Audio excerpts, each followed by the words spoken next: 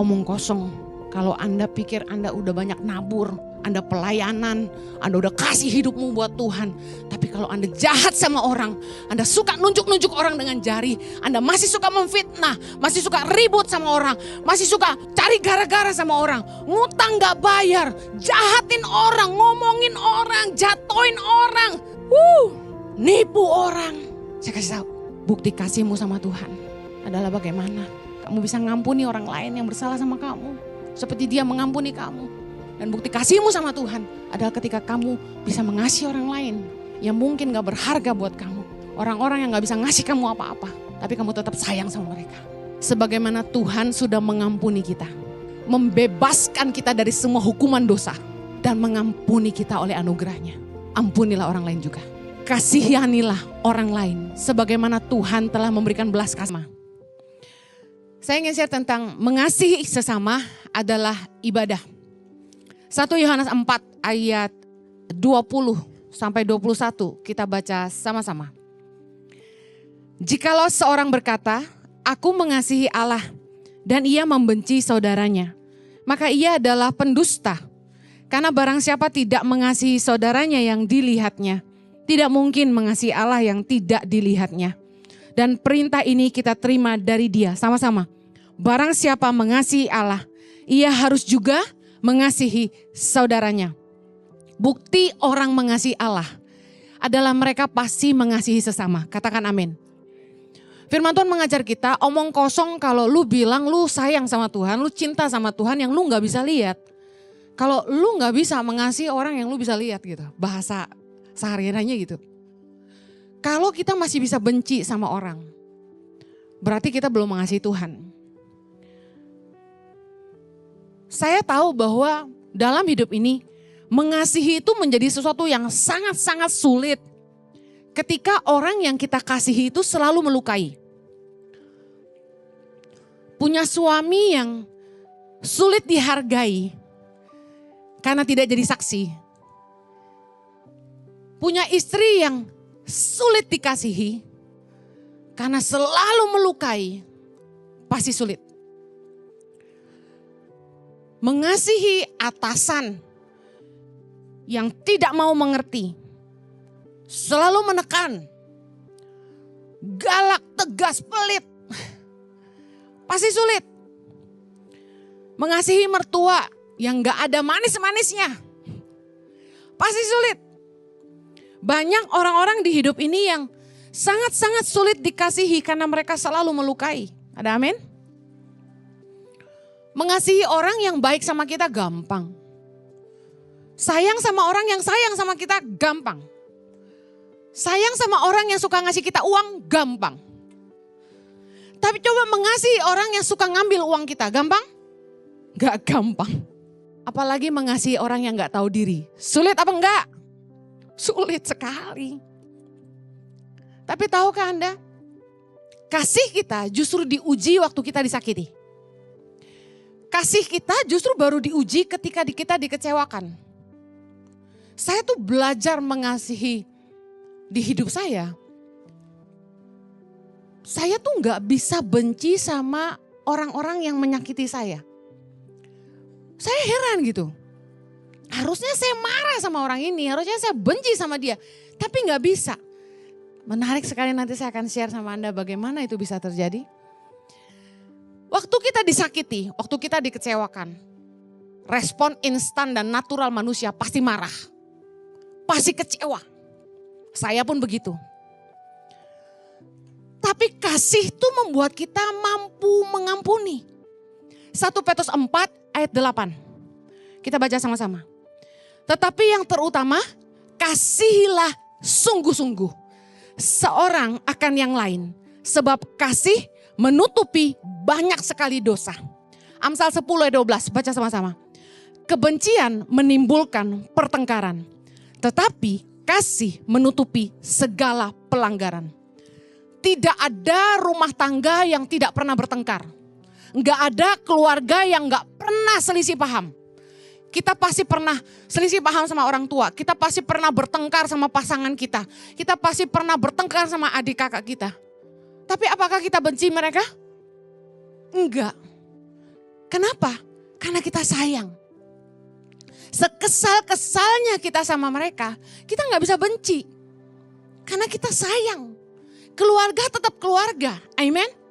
Di rumah tangga kita, mungkin komet-komet tuh sudah berterbangan. Piring-piring terbang, ada warna merah, ada cap ayam. Ya, piring apa di rumah Anda? Ada piring, beling. Saya sudah pernah dilempar piring sama adik saya. Udah pernah dilempar botol sama koko saya. Segala lempar-lemparan sudah terjadi. Tapi saya enggak balas. Tentulah, ya kan? Satu-satunya hamba Tuhan di keluarga kan saya. Jadi saya dilempar, saya enggak balas. Tapi saya tidak sakit hati. Saya sayang sama koko saya. Sayang banget. Saya sayang banget sama adik saya. Sayang banget. Saya enggak bisa benci sama mereka. Sesalah apapun mereka sama saya. Kenapa? Karena ternyata firman Tuhan mengajarkan gini. Kasih itu menutupi banyak sekali dosa. Kasih itu menutupi banyak pelanggaran. Sesalah apapun anak tuh sama kita gak bisa benci sama anak sendiri. Sesalah apapun suami kita, istri kita sama kita gak bisa benci karena kita mengasihi. Ternyata kasih dan kebencian tidak bisa duduk bersama-sama. Di hatimu hanya ada salah satu. Anda punya kasih atau Anda menyimpan kebencian. Kalau hatimu isinya kasih, kamu tidak sanggup membenci orang. Semarah apapun. Bohong kalau kita tuh lupa kesalahan orang, bohong. Kita tidak mungkin melupakan kesalahan orang. Kejadian itu sudah lama sekali sebelum saya punya anak. Tapi saya masih ingat bagaimana koko saya lempar saya dengan botol. Anak saya masih kecil tapi saya masih ingat ketika adik saya lempar saya dengan piring. Saya masih ingat tapi tidak sakit hati. Tidak ada luka sama sekali di hati saya sama mereka. Kebencian itu tidak akan ada di hati kita ketika kita sayang orang. Kasih sayang itu memampukan kita untuk mengampuni meski tidak melupakan. Gak mungkin kita bilang, gue benci tapi gue rindu. Itu lagu. Karena kasih tidak bisa bersandingan dengan kebencian. Either you hate someone or you love someone. Makanya mengasihi dan menghakimi tidak bisa bersama-sama. Kalau Anda mengasihi, Anda tidak bisa menghakimi orang. You know, saya jadi ngerti arti ayat ini. Kasih menutupi segala pelanggaran. Di dalam rumah tangga kami banyak bikin salah. Makanya saya bisa ngajar Anda hari ini. Saya sama Pak Jojo sampai hari ini masih belajar. Kami gak sempurna. Saya bikin salah banyak sekali sama suami saya. Mungkin kesalahan Jojo cuma 30%, saya 70%.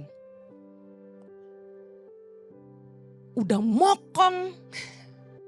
Mau menang sendiri. Kalau ngomong sama gue gak bakal menang aja loh. Biarpun dia fasih lidah, boleh menang di khotbah. Tapi kalau ngomong sama saya, gue tuh logikanya jalan banget.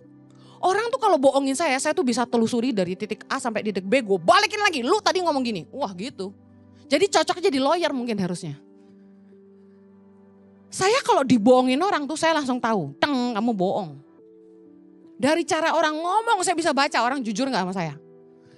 Saya bilang, kalau bukan karena kasih kami tidak akan bersama-sama. Bohong kalau ada orang bilang, rumah tangga hamba Tuhan semulus jalan tol Jakarta. Jalan tol Jakarta gak mulus bos. Macet. Kami berdua kalau istilahnya berantem tuh ya. Udah sampai tahap berapa ya saya? Udah parah lah ya.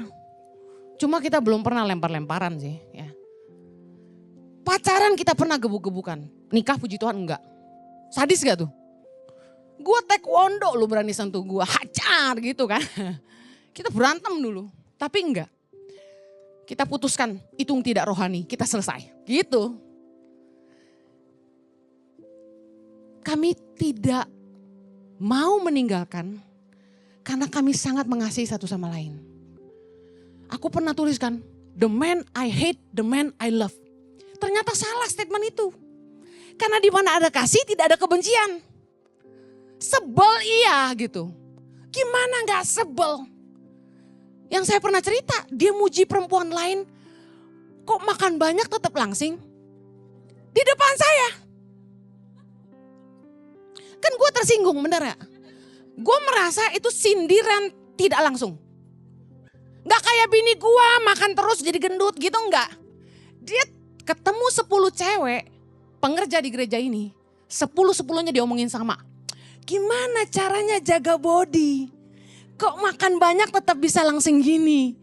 Gue sebel banget tiap kali dia ngomong itu. Jujur aja. Jadi kadang-kadang nih orang menyebalkan, lu jangan terpesona dia gantengnya. Kalau udah nyebelin tuh, nyebelin banget kamu tuh. Tapi aku sayang banget gitu loh. Amin. Kalau kita tuh punya kasih, kita gak mungkin benci. Sekesal apapun, semarah apapun. Benci tapi rindu itu bohong. Matius 18, kita belajar dari Yesus yuk. Yesus tuh keren banget. Matius 18 ayat 23 sampai 35. Ayatnya panjang, saya bacanya cepetan ya. Perumpamaan tentang pengampunan ayat 23. Sebab hal kerajaan sorga seumpama seorang raja yang hendak mengadakan perhitungan dengan hamba-hambanya. Setelah ia mulai mengadakan perhitungan itu, dihadapkanlah kepadanya seorang yang berhutang 10.000 talenta. Ingat ya, 10.000 talenta.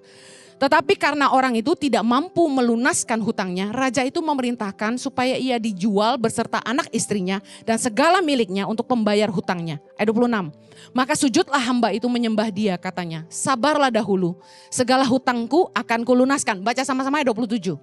Lalu tergeraklah hati raja itu oleh belas kasihan akan hamba itu, sehingga ia membebaskannya dan menghapuskan hutangnya. Ayat 28. Tetapi ketika hamba itu keluar, ia bertemu dengan seorang hamba lain yang berhutang 100 dinar kepadanya. Ia menangkap dan mencekik kawannya itu, katanya, bayar hutangmu. Maka sujudlah kawannya itu dan memohon kepadanya, sabarlah dahulu, hutangku itu akan kulunaskan. Tetapi ia menolak dan menyerahkan kawannya itu ke dalam penjara sampai dilunaskannya hutangnya. Melihat itu kawan-kawannya yang lain sangat sedih, lalu menyampaikan segala yang terjadi kepada tuan mereka. Raja itu memanggil orang itu dan berkata kepadanya, hai hamba yang jahat, seluruh hutangmu telah kuhapuskan karena engkau memohonkannya kepadaku. 33, baca sama-sama. Bukankah engkau pun harus mengasihani kawanmu seperti aku telah mengasihani engkau. Ayat 34. Maka marahlah tuannya itu dan menyerahkannya kepada algojo-algojo sampai ia melunaskan seluruh hutangnya. 35, baca sama-sama. Maka Bapakku yang di sorga akan berbuat demikian juga terhadap kamu apabila kamu masing-masing tidak mengampuni saudaramu dengan segenap hatimu. Apa arti dari pelajaran yang Yesus berikan ini? Sebagaimana Tuhan sudah mengampuni kita, membebaskan kita dari semua hukuman dosa, dan mengampuni kita oleh anugerahnya, ampunilah orang lain juga. Kasihanilah orang lain sebagaimana Tuhan telah memberikan belas kasihan dalam hidup kita. Show mercy as the Lord has shown mercy unto you. Tunjukkanlah belas kasihan. Saya heran orang Kristen itu banyak yang gak punya belas kasihan. Padahal Tuhan kita itu Tuhan yang penuh belas kasihan. Banyak orang Kristen tuh kejam. Sekejam-kejamnya. Kalau udah bicara cien, baru tuh kelihatan aslinya. Saya banyak belajar di hidup saya. Jujur sebagai hamba Tuhan. Saya bukan orang yang sempurna dan peka sama orang. Kadang-kadang saya juga gampang percaya orang. Apalagi nih kalau orang itu udah datang ke saya dengan, Ciheni, aku mau nyumbang lah buat tangan pengharapan. Ciheni, aku mau nyumbang lah buat Ici. Itu aku udah pikir, wah ini orang baik nih. Gampang banget aku tuh percaya kalau orang tuh udah datang dengan kemurahan hati gitu. Aku bantu Cici lah. Siaplah aku bantu Cici. Saya tuh percaya 100% sama orang-orang yang berani bayar harga. Berani keluar duit, gak cuma ngomong doang. Saya tuh langsung percaya gitu, terpesona. Tapi kemudian waktu membuktikan. Makanya jangan gampang percaya orang. Waktu membuktikan. Uang itu bisa mengubah orang. Saya ketemu banyak orang Kristen yang kalau udah urusannya duit, kejamnya luar biasa. Makanya gak heran Yesus kasih perumpamaannya tentang hutang. Gampang gak membebaskan orang dari hutang? Berapa banyak Anda di tempat ini yang pernah membebaskan orang-orang yang berhutang kepada Anda? Angkat tangan. Puji Tuhan. Wow, keren. Saya kasih tahu. Tergeraklah hati raja itu oleh belas kasihan. Sehingga ia membebaskan dan menghapuskan hutangnya. Saya sama Pastor Jojo udah ngebebasin orang dari hutang beberapa. Nggak berani bilang banyak, beberapa. Nggak hitungan. Satu kali ada orang susah banget. Dia kerja sangat-sangat kasar. Cuma jadi kuli. Dia pernah cerita, dia pernah kerja bersihin tangki tinja. Saya kasihan sama dia. Waktu ketemu saya aja, umurnya udah gak muda loh. Mungkin sekitar 40-an kalau gak salah. Waktu zaman saya ketemu dia itu. Ketemu saya tuh batuk-batuk. Saya tuh paling gak tegaan gitu. Orang lapar, orang sakit tuh saya worry. Ayo oke? Dia batuk terus. Saya lari ke apotek, belikan obat, belikan permen pedas, belikan air minum. Minum dulu Pak.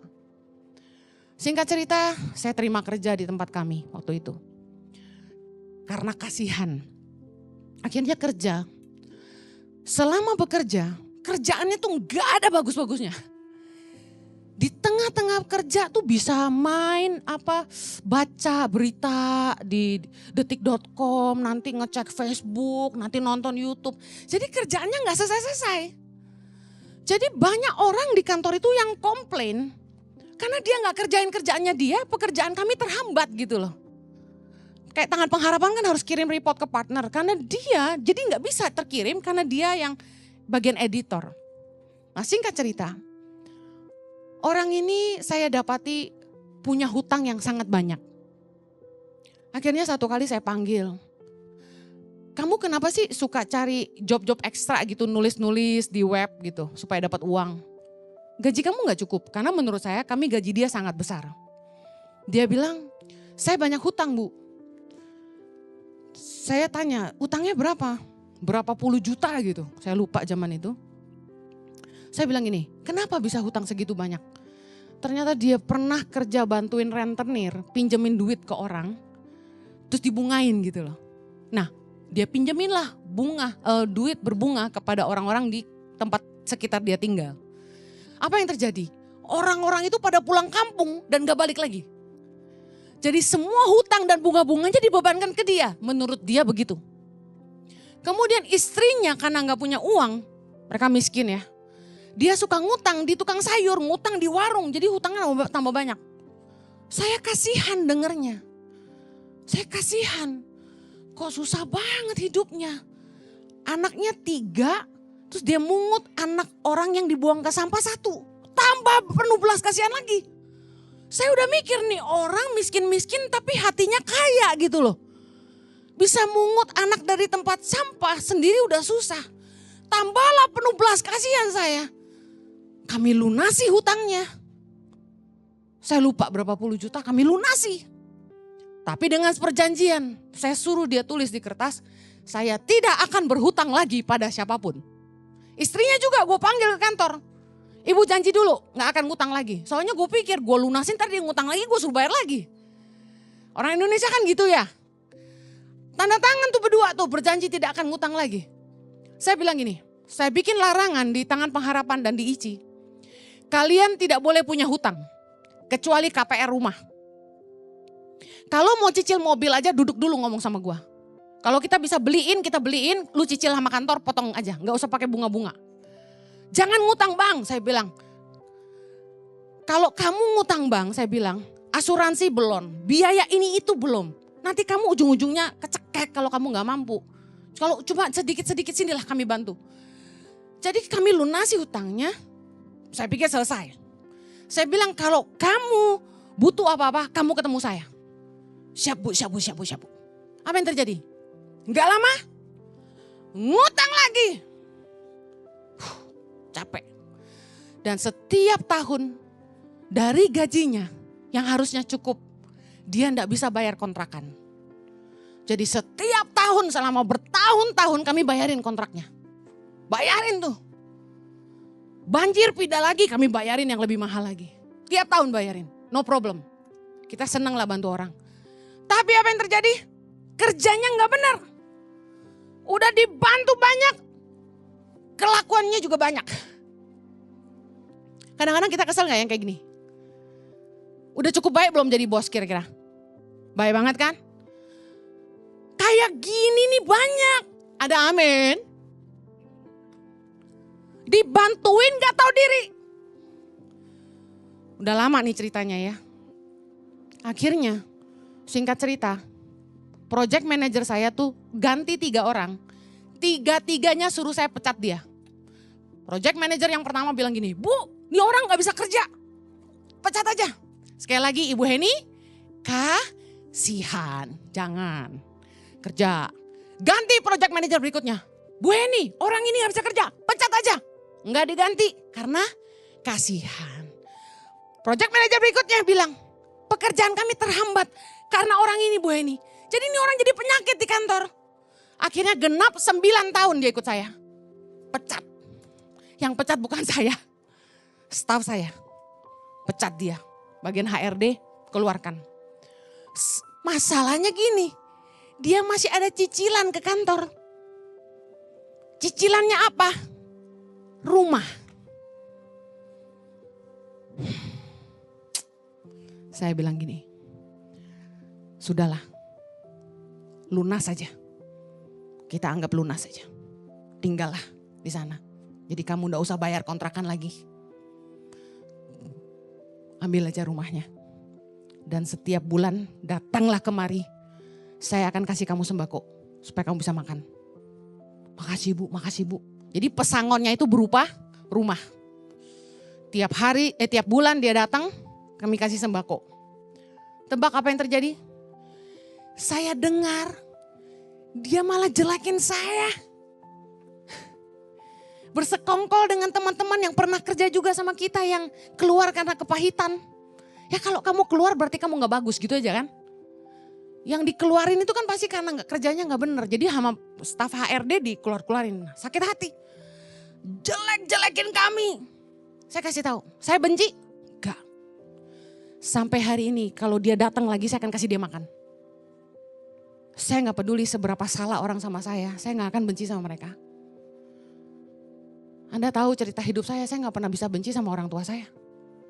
Kalau Anda tuh punya kasih di hatimu, Anda gak akan benci sama orang. Kenapa saya selalu mengampuni? Karena saya sadar dosa saya yang banyak diampuni Tuhan. Saya ini dosanya banyak. Kalau Anda sadar Anda diampuni karena dosamu yang banyak. Orang salah sama kamu tuh ampunilah. Firman Tuhan bilang gini, kalau kamu gak ngampuni kesalahan orang lain, Bapamu di sorga juga gak akan ngampuni kamu. Jelas firman Tuhan katakan gini, bukankah engkau pun harus mengasihani kawanmu seperti aku telah mengasihani engkau. Tuhan bilang gini, gue udah ngampunin lu, gue udah kasihan sama lu, lu juga harus kasihan sama orang lain. Apa kesalahan orang yang Anda gak bisa ampuni?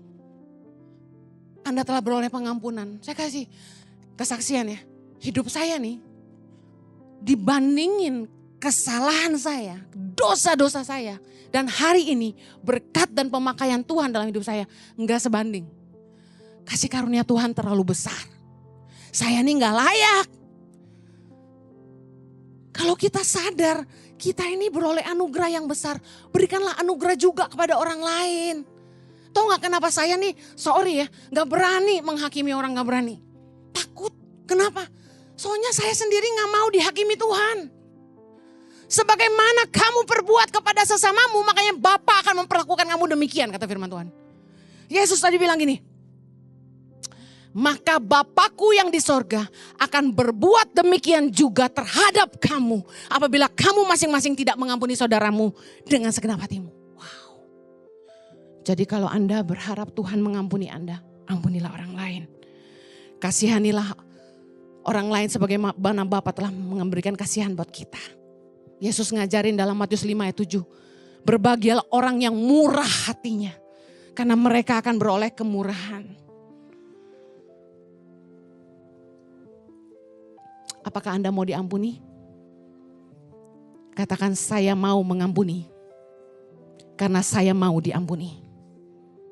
Anda yang merasa Anda orang baik, orang benar, gak perlu diampuni Tuhan, gak apa-apa. Tapi kalau saya butuh diampuni. Mari berbelas kasihanlah buat orang lain juga. Roma 4 ayat 7. Ini ayat keren. Roma 4, 7, 8 ini keren. Baca sama-sama. Berbahagialah orang yang diampuni pelanggaran-pelanggarannya. Dan yang ditutupi dosa-dosanya. Berbahagialah manusia yang kesalahannya tidak diperhitungkan Tuhan kepadanya. Banyak dosa-dosa kita di tempat-tempat gelap, di sisi-sisi kelam yang mungkin hari ini pasangan kita tidak tahu, orang tua tidak tahu, teman tidak tahu, atasan tidak tahu, tidak seorang pun tahu dan hanya Tuhan yang tahu. Dan tidak diungkapkan Tuhan dan kita tidak dipermalukan. Kalau Tuhan itu memperhitungkan semua dosa kita, saya kasih tahu, enggak habis-habis kita dihukum. Kalau Tuhan itu bukakan semua pelanggaran kita. Wow, saya gak kebayang gini. Firman Tuhan berkata, orang akan menuai apa yang dia tabur.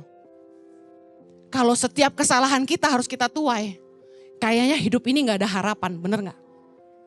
Kita udah penuh dengan ketakutan aja hidup ini. Tapi bersyukur begini, berbahagialah manusia yang kesalahannya tidak diperhitungkan Tuhan kepadanya. Bukankah tidak semua pelanggaran kita diperhitungkan Tuhan? Yang sadar kesalahannya banyak tidak diperhitungkan Tuhan, angkat tangan. Terlalu banyak.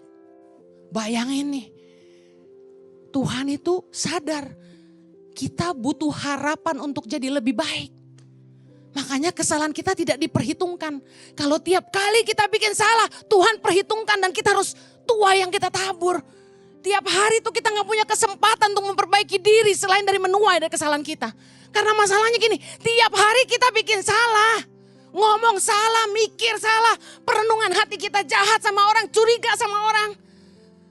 Gak ada bagusnya manusia itu kata Yesus kan. Tak seorang pun baik. Bersyukurlah, berbahagialah kalau dosamu tuh tidak diperhitungkan Tuhan. Wow, kata berbahagia nih saya sangat berbahagia. Berbahagialah orang yang diampuni pelanggaran-pelanggarannya. Yang ditutupi dosa-dosanya.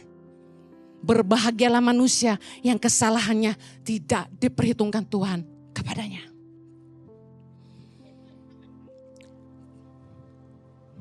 Karena belas kasihan Tuhan dan kemurahan Tuhanlah kita diampuni dan dosa-dosa kita tidak diperhitungkan.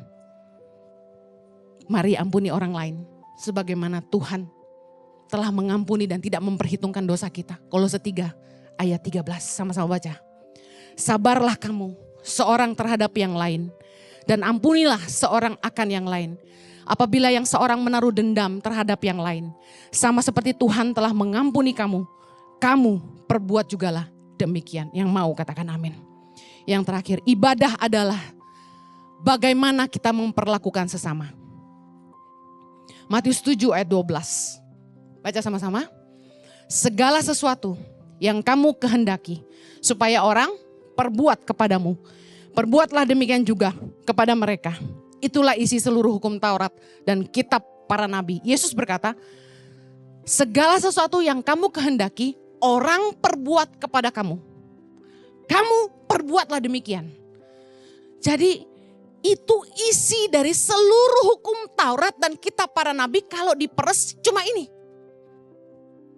Banyak orang Kristen yang berpikir ibadah itu adalah banyak doa, banyak baca firman, puasa, sedekah, melayani di gereja. Orang Kristen pikir itu aja ibadah. Yes, that's good. Tapi ibadah itu bicara soal hidupmu dan hidupku.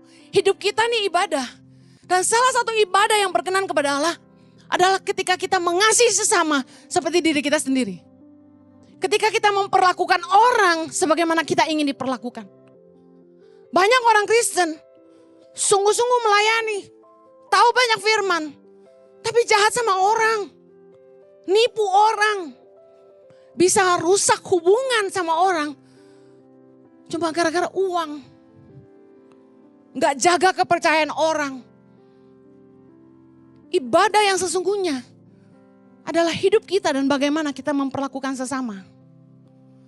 Percuma kalau kamu suka doa tapi kamu gak punya kasih sama orang. Kemarin di Kupang, di Atambua, saya lagi habis marah sama tim saya di sana. Terus saya telepon salah satu leader di Tangan Pengharapan, berniat curhat sama dia tentang apa yang terjadi di sana. Tapi ketika saya telepon dia nangis. Saya bilang, saya selalu memulai percakapan dengan staff seperti ini. How are you? Are you okay? Dia langsung nangis. I'm not okay. I'm not okay. Dia orang India. What's going on? What's going on? Dia bilang, both of my eyes are blurred. I cannot see clearly. That's why I cannot text you. Dia gak bisa WhatsApp saya karena dia gak bisa ngelihat. Dua-dua matanya buram. Dia nangis. Saya bilang don't worry, calm down. Dia nangis terus, saya bilang calm down. Don't worry, I will take care of you. I will send someone to pick you up. Just come home. I'll take care of you. Saya bilang saya akan kirim orang untuk jemput kamu. Kamu pulang aja udah jangan khawatir, saya akan urus kamu. Oke, dia bilang. You know, kebanyakan kita itu cuma baik sama orang karena orang tuh menguntungkan kita. Selama dia bisa nguntungin kita, selama dia bisa kerja sama kita, bantu kita baik sama dia. Tapi pertanyaan saya, gimana kalau orang itu gak bisa ngasih kamu apa-apa? Will you take care of them? Saya belajar di hidup saya, kasih itu gak boleh omong kosong, kasih itu tindakan nyata. Saya bilang sama staff saya akan urus kamu. Selesai hang up telepon sama dia, saya langsung telepon staff saya di Jakarta yang saya percayain. Saya bilang gini sama dia, kamu dengar ibu ngomong ya, apapun yang terjadi sama saya, lu harus urus orang ini sampai mati. Saya udah berpikir saya harus duduk sama notaris dan bikin semua surat wasiat yang saya mau buat.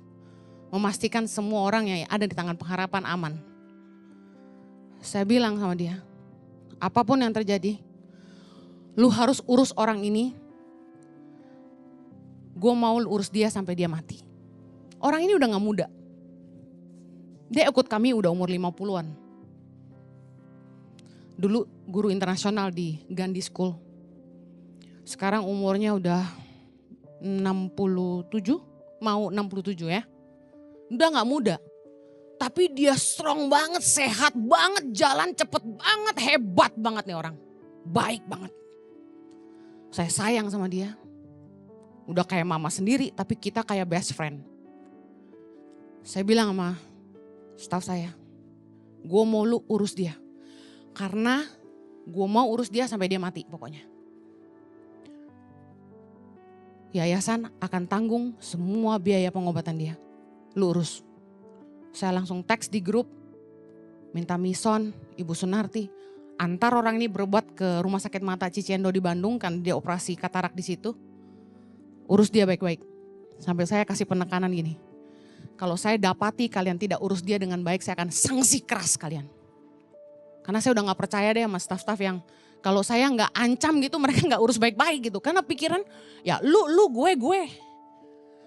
Saya tantang staff-staff untuk mengasihi sungguh-sungguh. Saya gak bisa gitu lihat orang tuh diperlakukan gak baik tuh, saya gak sanggup gitu. Saya mau kasih tahu, ibadah itu tentang bagaimana kita memperlakukan sesama. Yesaya 58, judulnya jelas. Kesalehan yang palsu dan yang sejati. Anda saleh yang palsu atau sejati? Mari lihat firman Tuhan. Yesaya 58 ayat 6. Bukan berpuasa yang ku kehendaki ialah supaya engkau membuka belenggu-belenggu kelaliman dan melepaskan tali-tali kuk. Supaya engkau memerdekakan orang yang teraniaya dan mematahkan setiap kuk. Baca ayat 7 sama-sama. Supaya engkau memecah-mecah rotimu bagi orang yang lapar, dan membawa ke rumahmu orang miskin yang tak punya rumah. Dan apabila engkau melihat orang telanjang, supaya engkau memberi dia pakaian, dan tidak menyembunyikan diri terhadap saudaramu sendiri. Kapan Anda sembunyi dari saudara? Waktu dia mau pinjam uang. Yes or no? Ayat 9, apabila engkau tidak lagi mengenakan kuk kepada sesamamu, dan tidak lagi menunjuk-nunjuk orang dengan jari dan memfitnah. Ayat 10, apabila engkau menyerahkan kepada orang lapar apa yang kau inginkan sendiri dan memuaskan hati orang yang tertindas, maka terangmu akan terbit dalam gelap dan kegelapanmu akan seperti rembang tengah hari. Anda kalau punya waktu di rumah, please baca ayat ini sampai selesai karena waktu kita terbatas. Yesaya 58 ayat 6 sampai 12. Anda akan lihat janji-janji Tuhan bicara berkat, penyertaan, kesembuhan, bahkan kemuliaan Tuhan mengikuti orang-orang yang melakukan semua ayat yang barusan saya baca. Keren banget, di ayat 8 dikatakan, lukamu akan pulih dengan segera. Kalau Anda banyak penyakit, banyak nabur. Kebenaran menjadi barisan depanmu dan kemuliaan Tuhan barisan belakang. Wow, orang yang sungguh-sungguh mengasihi sesama, kemuliaan itu jadi bagian hidupnya. Saya mau akhiri. Satu hari saya punya kesempatan pergi ke Kalkuta. Di Kalkuta itu ada rumahnya Mother Teresa, di mana sekarang jadi tempat pelayanannya dia ya. Kami pelayanan di sana, tiba landing malam hari.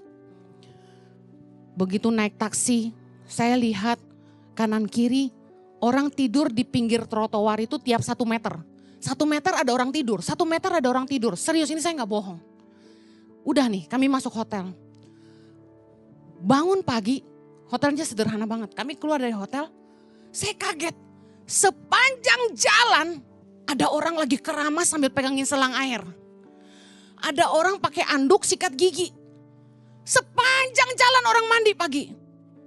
Jadi mereka benar-benar serius banget tidur di situ. Hidupnya di situ. Tenda biru, tenda orange dibangun di sepanjang jalan. Kalkuta miskin banget. Kotanya tua banget. Saya kaget loh.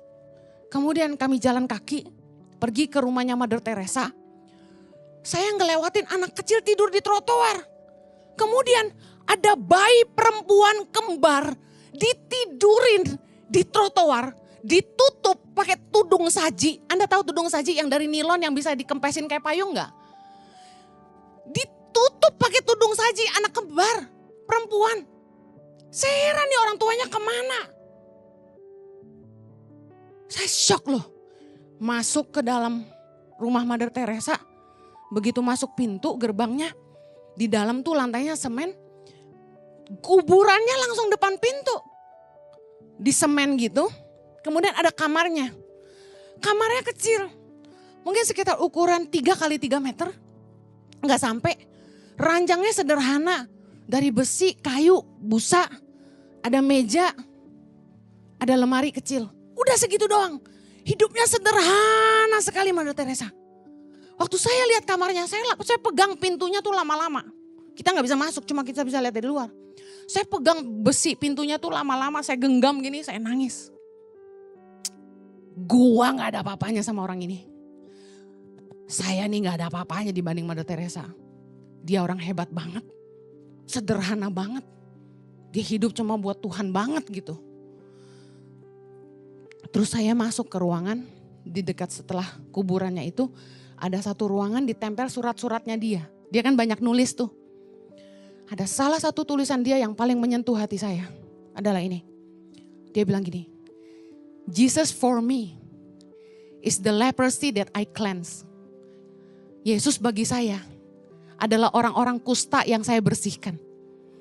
Jesus for me is the abandoned kids that I brought home. Yesus bagi saya adalah anak-anak terlantar yang saya bawa pulang. Jesus for me are the sick that I healed. Yesus bagi saya adalah orang-orang sakit yang saya rawat. Yesus bagi saya, dia bilang, adalah orang-orang yang dibuang dan saya bawa pulang. Masih banyak lagi tulisannya. Saya nangis baca surat itu. Seringkali kita lupa. Bukti kita mengasihi Allah adalah ketika kita bisa mengasihi sesama. Matius 25. Yesus berkata dalam penghakiman terakhir. Dia akan berkata kepada orang-orang di sebelah kanannya. Masuklah dalam kebahagiaan Tuhanmu. Karena ketika aku lapar kamu memberi aku makan. Ketika aku haus kamu memberi aku minum. Ketika aku telanjang kamu memberi aku pakaian. Ketika aku sakit kamu merawat aku. Ketika aku di penjara kamu mengunjungi aku. Ketika aku orang asing kamu menerima aku.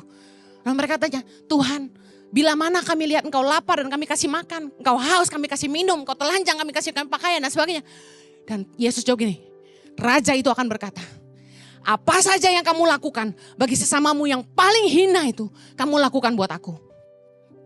Ibadah adalah bicara tentang bagaimana kita memperlakukan sesama dalam hidup kita.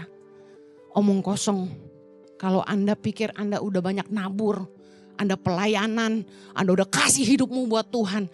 Tapi kalau Anda jahat sama orang, Anda suka nunjuk-nunjuk orang dengan jari, Anda masih suka memfitnah, masih suka ribut sama orang, masih suka cari gara-gara sama orang, ngutang gak bayar, jahatin orang, ngomongin orang, jatoin orang,